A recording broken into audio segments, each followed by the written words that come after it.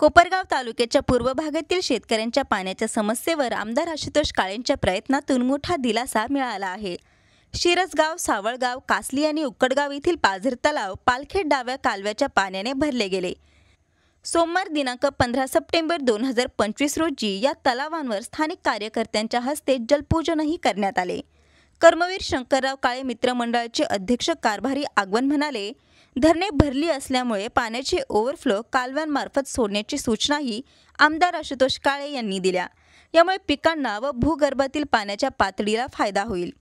उक्कडगाव येथील नागरिकांनी सांगितले की मागील 6 वर्षांपासून पाझर तलाव आवर्जून भरले जात आहेत।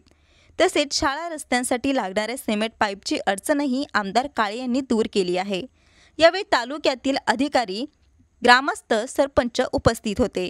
संवाद महाराष्ट्रासाठी रवी वाघडकर, कोपरगाव। आपल्या कोपरगाव तालुक्यातील कार्यसम्राट आमदार माननीय आशुतोष दादा काळे साहेब यांच्या प्रयत्नातून आज उक्कडगाव येथील 1 नंबर पाझर तलाव या ठिकाणी 50 ते 60% भरलेला आहे आणि त्या बंधाऱ्याचं जलपूजनासाठी या ठिकाणी उपस्थित असलेले सर्व तरुण कार्यकर्ते या ठिकाणी या जलपूजनासाठी उपस्थित झाले।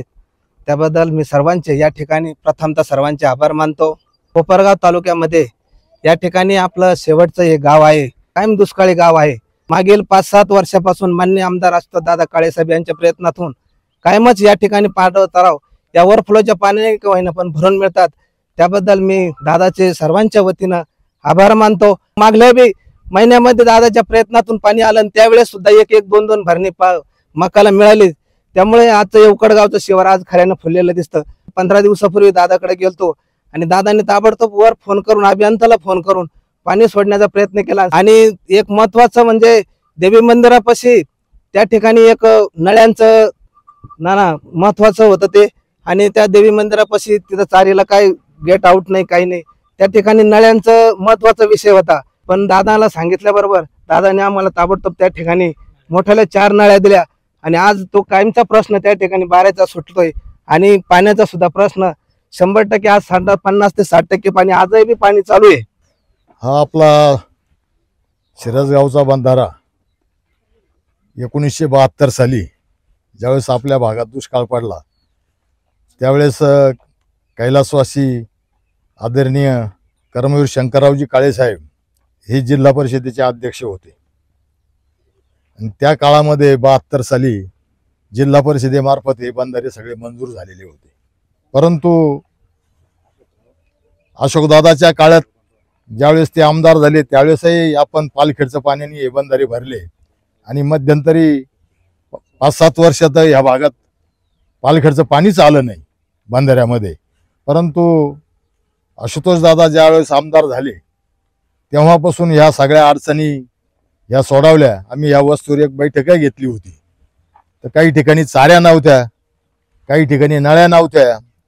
मग त्या आशुतोष दादांनी त्यांच्या मार्फत जिथं जिथं चारी नसेल तिथं तिथं चारी करून दिली, जिथं जिथं नळ्या पाहिजे होत्या त्या ठिकाणी नळ्या टाकल्या आणि पालखेडचं पाणी या बंधाऱ्यात येण्यासाठी तो मार्ग मोकळा केला।